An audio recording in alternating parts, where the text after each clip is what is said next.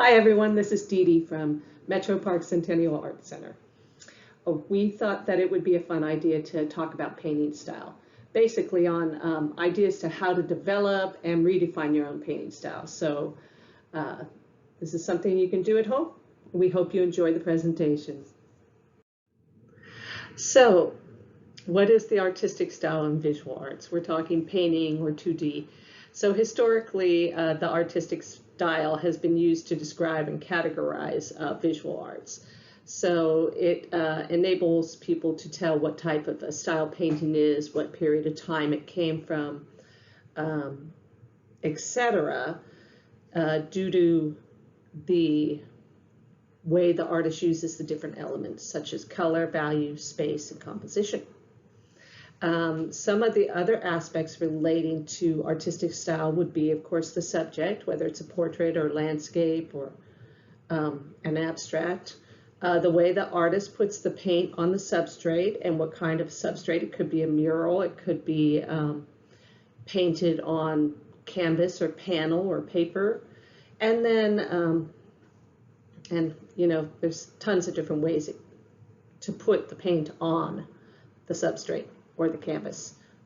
And then the other one would be the driving force behind the artwork. For example, is it social justice, political commentary, or just maybe a personal narrative, or what you like, what you're interested in, what you think is pretty.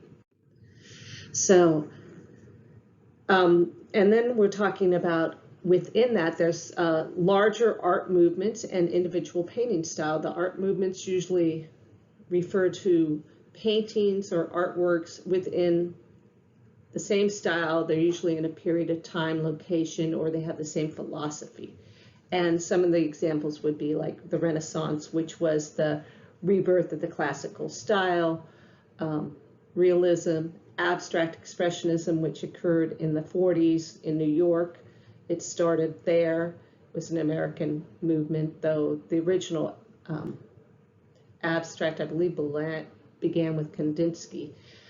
Anyway, so in contemporary art, etc.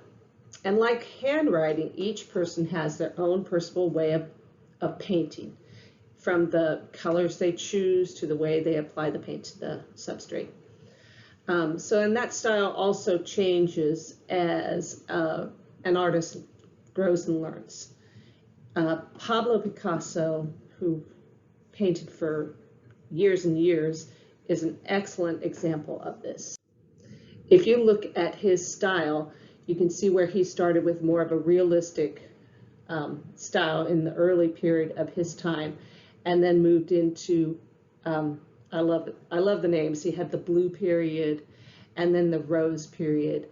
And you can see in the blue period, it's the art or the figures are more chunky and less, and a little bit less refined. And then you go into the rose period.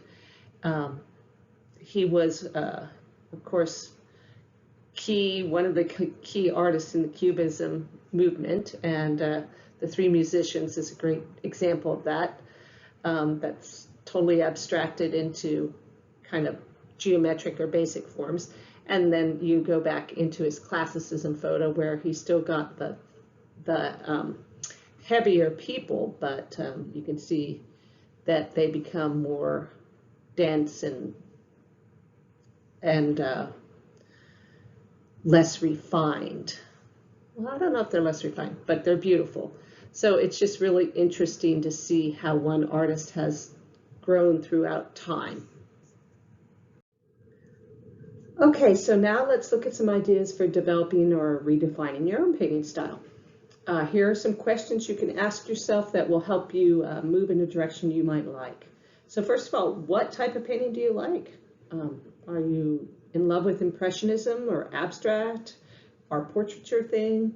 So kind of think about what it is you really like. And do you already have a favorite style? There we go. What subjects do you like to paint? I've already covered that. And then, is there a favorite artist of yours, and if so, what do you like about that artist?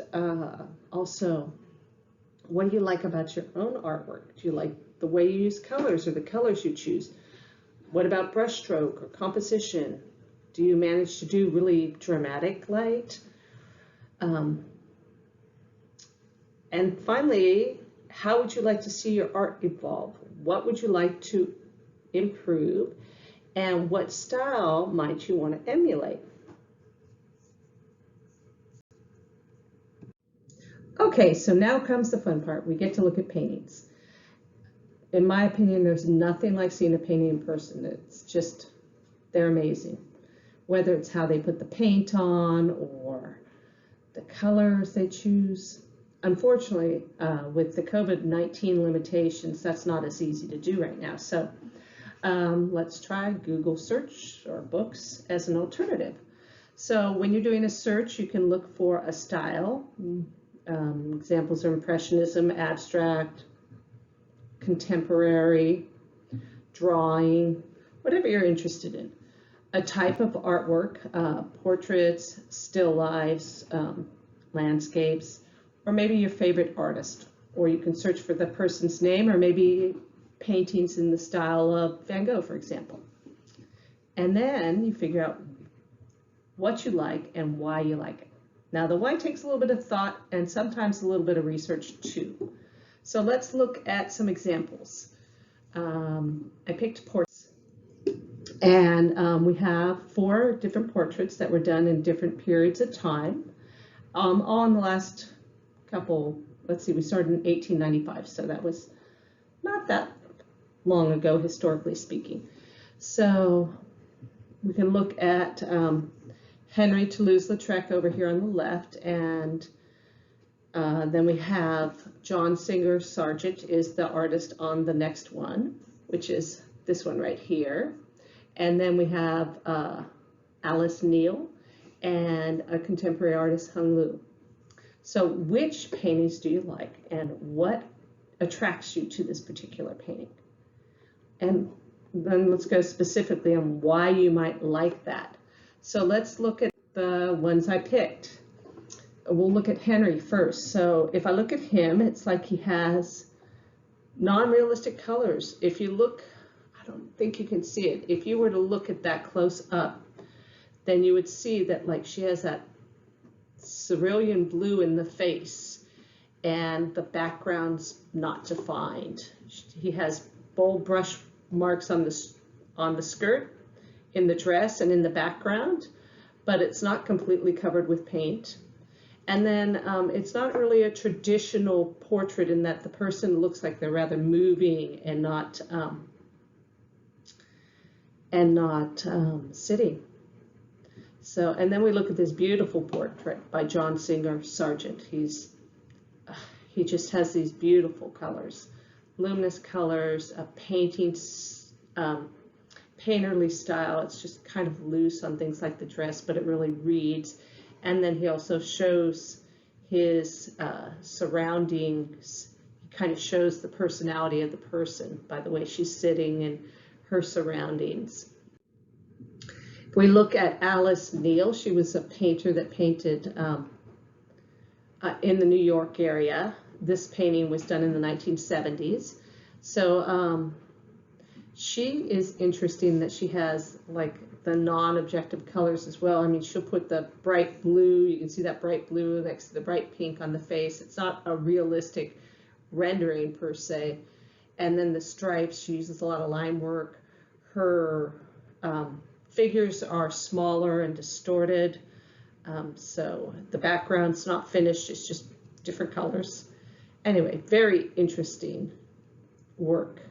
And then we can look at Hung Lu, and she has, you can see that she has the kind of washy background that goes through the figure, and she has strong planes on the face that is kind of developed that way rather than, you know, all smoothed out and perfect. It's like it's got these strong planes of here's the front forehead, here's the under the cheek, under the chin, under the nose.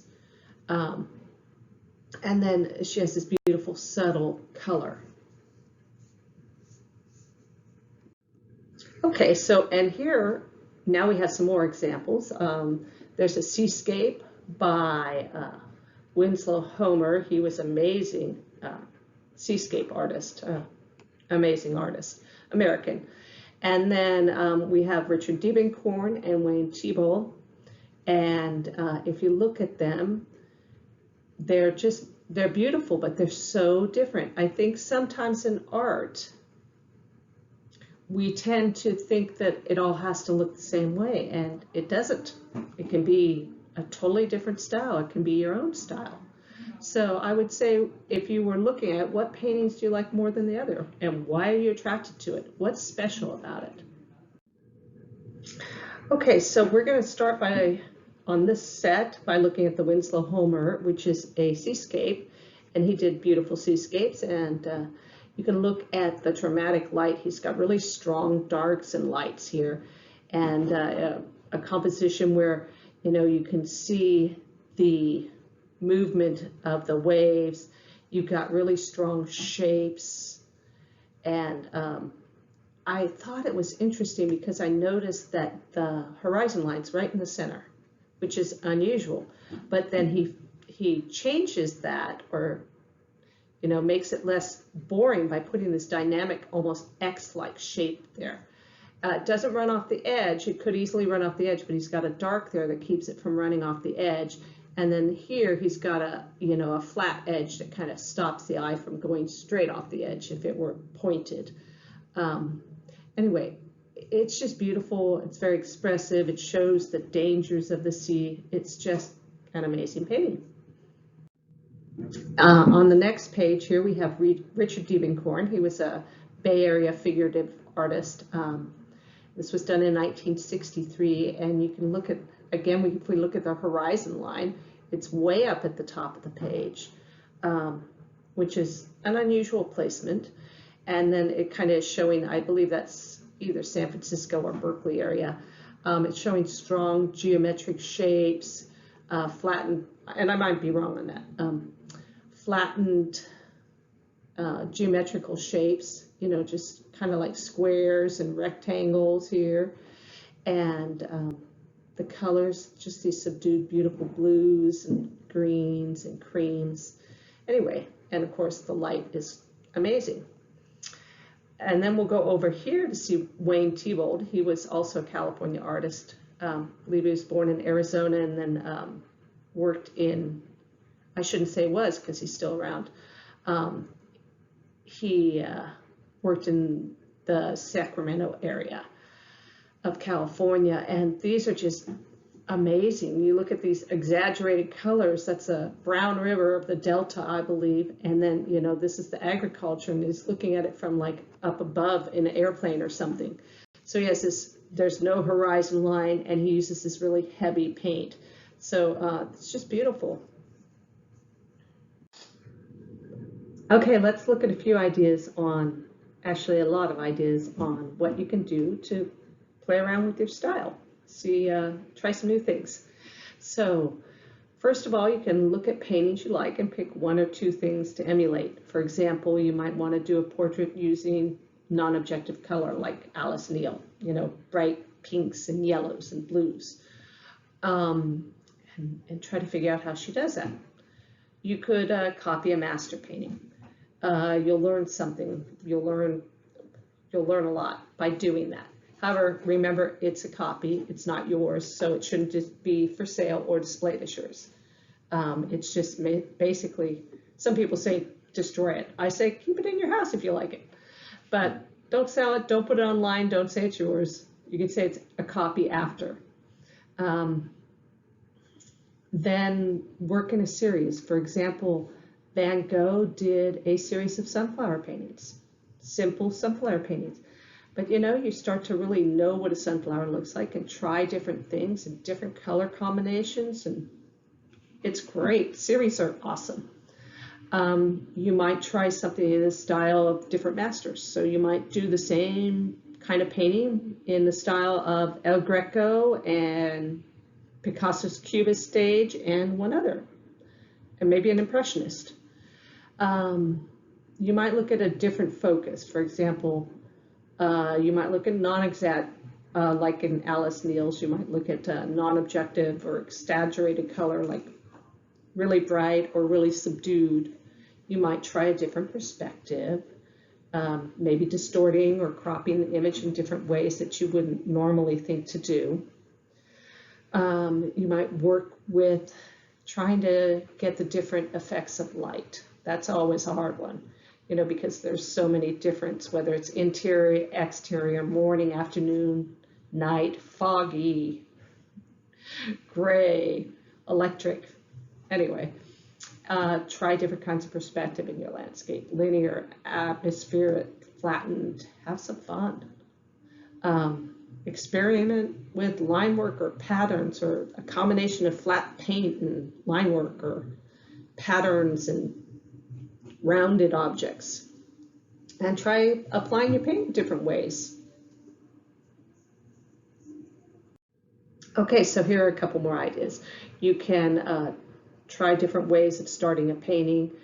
You can do an underpainting with a complementary color. You can work direct. You can work in planes. You could do a griselle, which is like a gray monotone. You could do the same with the complementary color. You could take a workshop with an artist you like. Try different teachers. You'll learn something from every teacher. The only thing I would suggest is that during the workshop, you do you try it their way during the workshop, because you might not end up using it later when you get home, but you'll learn something from doing it however they're teaching. So find some fun workshops online and/or demos. Try something new that you haven't done before. Have some fun. Try art journaling. The nice thing about art journaling is you can explore different techniques. You can try things and you don't have to spend a lot of time on them, so they're fun. You can definitely study your basics. You want to know your composition value, the elements of art. That will help you. Anything you learn there will help. If you're a newer artist, and even older artists, I go back and review that kind of information sometimes. I always find it helpful. Keep a sketchbook or an art journal to write down and keep track of your ideas. Do some preliminary sketches and find new perspectives or focus. Try value and color studies prior to painting to figure out some of your key issues ahead of time. Again, that is something that I don't think we do enough, and yet it seems to really help paintings when we do. Whatever you do, just have fun. Don't get too attached to the finished painting. It's all part of learning. And the more you do, the more you learn. So have a good time and keep on painting. Thanks.